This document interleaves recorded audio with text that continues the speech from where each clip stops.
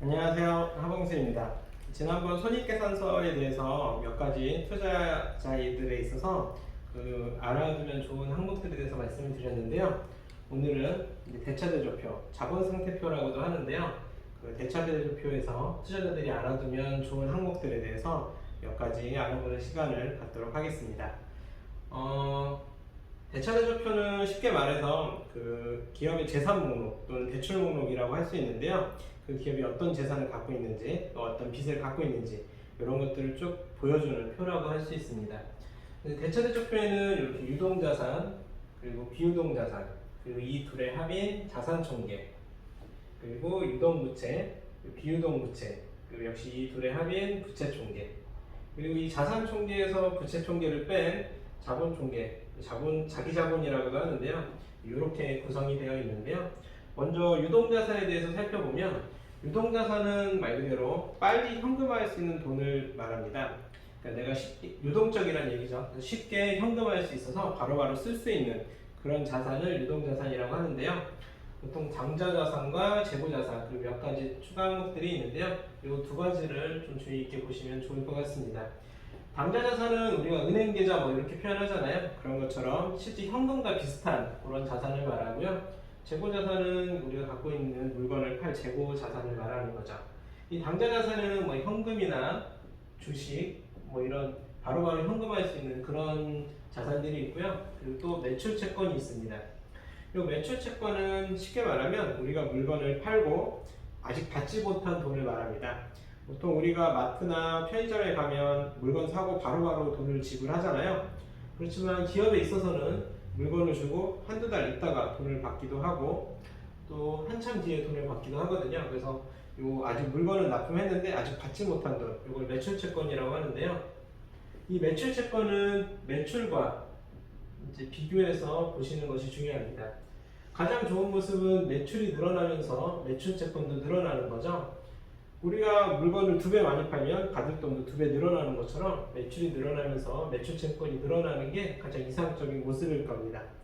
그런데 매출은 늘어나는데 그 매출은 참 늘어나지 않거나 오히려 줄어드는데 매출채권이 늘어나고 있다. 그러면 물건을 팔았는데 돈을 못 받고 있다는 얘기잖아요. 그러면 그 거래처와의 관계가 악화된 건 아닌지 아니면 거래처가 부도가 났거나 그래서 돈을 못 받고 있는 건 아닌지 그런 걸 또 생각해 볼 수가 있겠죠. 그리고 또 반대로 매출은 그대로인데 매출채권이 너무 줄어들었다. 그러면 돈을 뭐 빨리 받았으니까 좋다 이렇게만 생각할 수도 있지만 받을 돈이 점점 없어진다는 거니까 앞으로 매출이 줄어드는 신호는 아닐까 뭐 이런 생각도 해볼 수가 있겠죠. 그래서 가장 적절한 거는 매출이 늘어나는 것만큼 매출채권도 늘어나는 게 가장 이상적인 모습이겠죠.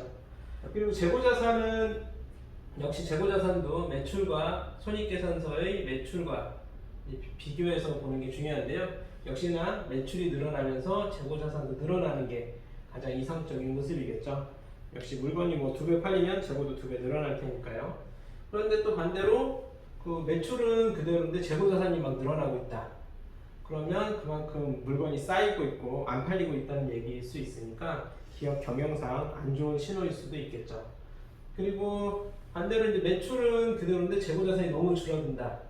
그러면 뭐 물론 재고가 줄어드니까 좋다고 볼 수도 있겠지만 그 재고라는 게 또 있어야 물건도 팔고 매출도 오르잖아요. 그러니까 재고가 너무 없으면 또 앞으로 매출이 줄어들 신호가 아닌가 이렇게도 생각해 볼 수가 있고요.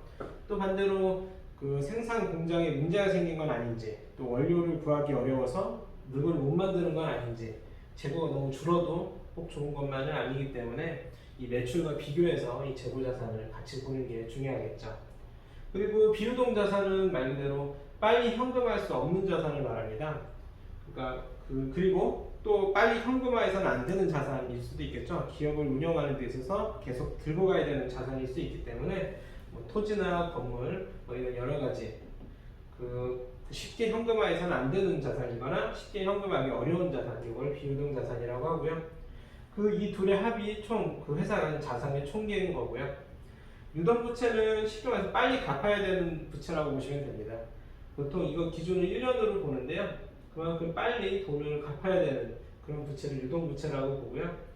비유동부채는 보통 1년 이상 그 만기가 남아있는 좀 길게 빌린 돈이다 뭐 이렇게 생각하실 수 있습니다. 보통 보면 유동 자산을 위해 빌린 돈이 유동 부채고 비유동 자산을 위해 빌린 돈이 비유동 부채다. 뭐 이렇게 생각하실 수도 있습니다. 꼭 그런 건 아닌데요. 그냥 그런 느낌이다. 뭐 이렇게 생각하실 수는 있습니다. 꼭 그런 건 아닙니다. 근데 이제 유동 부채는 말 그대로 1년 내에 빨리 갚아야 되는 돈이기 때문에 그만큼 이 유동 부채와 유동 자산을 묶어서 생각을 많이 하는데요. 또 그래서 이 유동 자산에서 유동 부채를 뺀 거를 우리는 순운전자본이라고 부릅니다. 이거는 굉장히 이제 중요한 개념인데요. 말 그대로 이제 이 순운전자본의 개념은 쉽게 생각하면 돈을 빌려준 사람이 돈을 빨리 갚으라고 재촉했을 때 무리 없이 갚을 수 있느냐, 요거를 보는 지표라고 볼 수 있습니다. 아까 말씀드렸던 유동부채는 1년 내에 갚아야 되는 부채라고 했잖아요. 그러면 이제 돈을 빌려준 사람이 당장 돈을 갚아주세요 라고 했을 때 유동자산이 충분하다면, 현금이 충분하면 바로 갚으면 되는 거잖아요. 그것처럼 순운전자본이 플러스고 그 금액이 충분하다면 당장 갚으라고 해도 무리 없이 갚을 수가 있겠죠. 그래서 이 순운전자본은 그 기업이 얼마나 안정적으로 무리 없이 운영되는지를 보여주는 지표라고 할 수 있는데요. 말 그대로 순운전자본은 뭐 그만큼 빚이 없다는 얘기니까 크면 클수록 좋겠죠. 근데 전에도 말씀드린 것처럼 재무제표나 대차대조표, 손익계산서 이런 것들은 그 흐름을 보는 게 좋다고 했잖아요.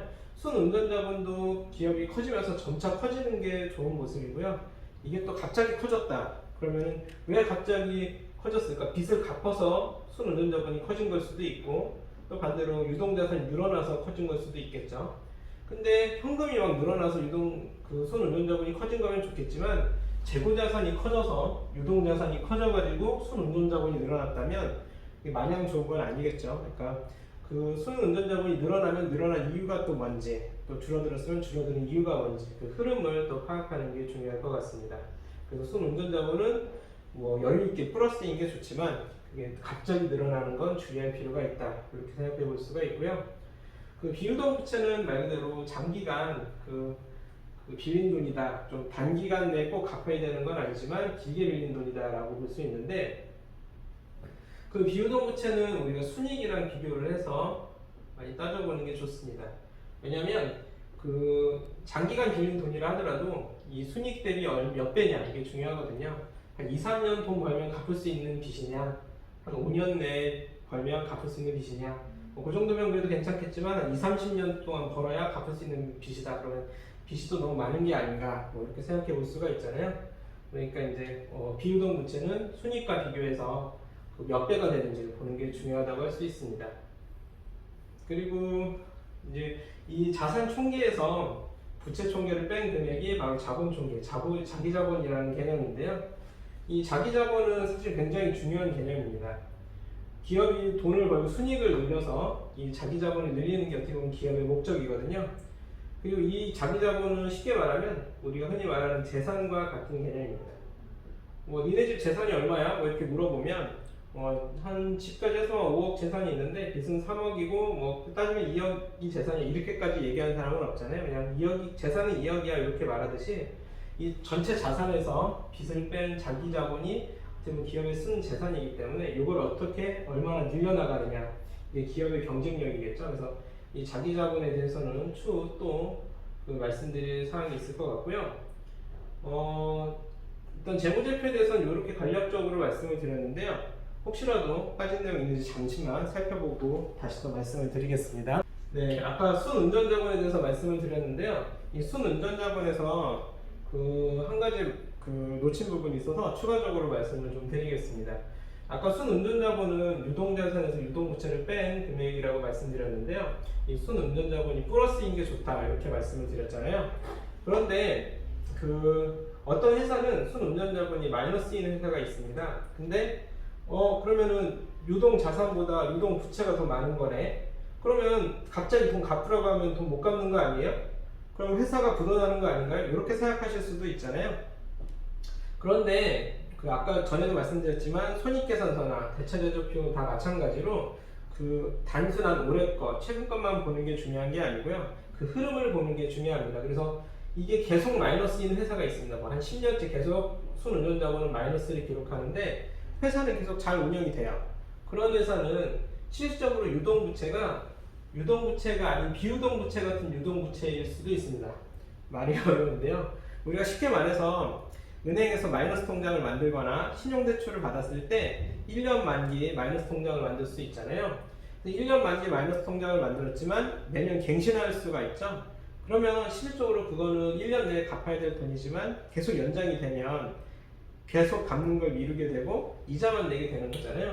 그런 것처럼 유동부채가 커서 순운전자분은 마이너스지만 그 대출이나 이런 것들이 계속 연장이 돼서 유동부채이긴 하지만 실질적으로 갚지 않는 상태로 계속 넘어가게 되는 경우가 있죠. 그래서 뭐 계속 마이너스이지만 회사는 또 잘 운영이 되는 그런 경우라면 유동부채로 표시는 돼 있지만 실질적으로는 유동부채가 아닌 비유동부채 성격인 부채일 수도 있는 거죠. 그래서 그 순운전자분이 마이너스라고 해도 뭐 무조건 나쁘다 이게 아니라 그 흐름을 보고 마이너스인 이유를 파악해 보시는 것이 좋을 것 같습니다. 그리고 지난번 손익계산서에서 제가 한 가지 말씀을 놓친 부분이 있는데요. 손익계산서에서 뭐 매출, 뭐 쭉 영업이익, 그리고 뭐 순익 뭐 이런 식으로 쭉 설명을 그때 드렸었는데요.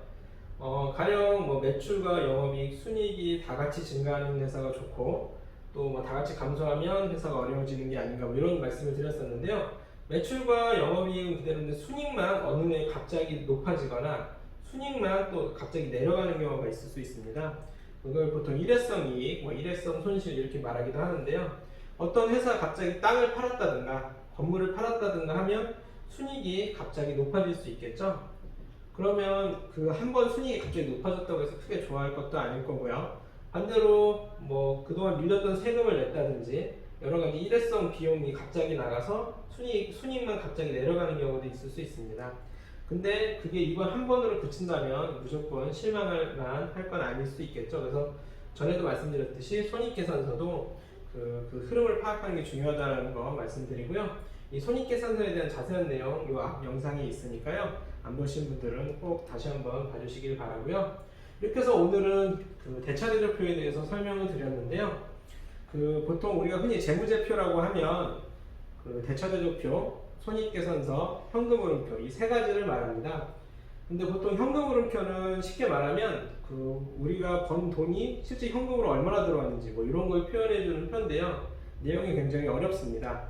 아까 말씀드린 것처럼 매출치권처럼 그 우리가 회사가 매출이 났어도 돈을 바로 받는 게 아니니까 매출은 나고 순이익은 났지만 현금은 또 얼마나 들어왔는지 이런 것들은 바로 알 수 어렵기 때문에 현금흐름표까지 보게 되는 경우가 있는데 그건 내용이 좀 어렵기 때문에 그리고 꼭 현금흐름표까지는 몰라도 이 대차대조표와 손익계산서 정도만 알아도 초기 주식 투자를 하는데 큰 어려움은 없을 수 있기 때문에 두 가지를 설명드리고 현금흐름표는 혹시라도 다음에 기회가 되면 또 말씀드리도록 하고요.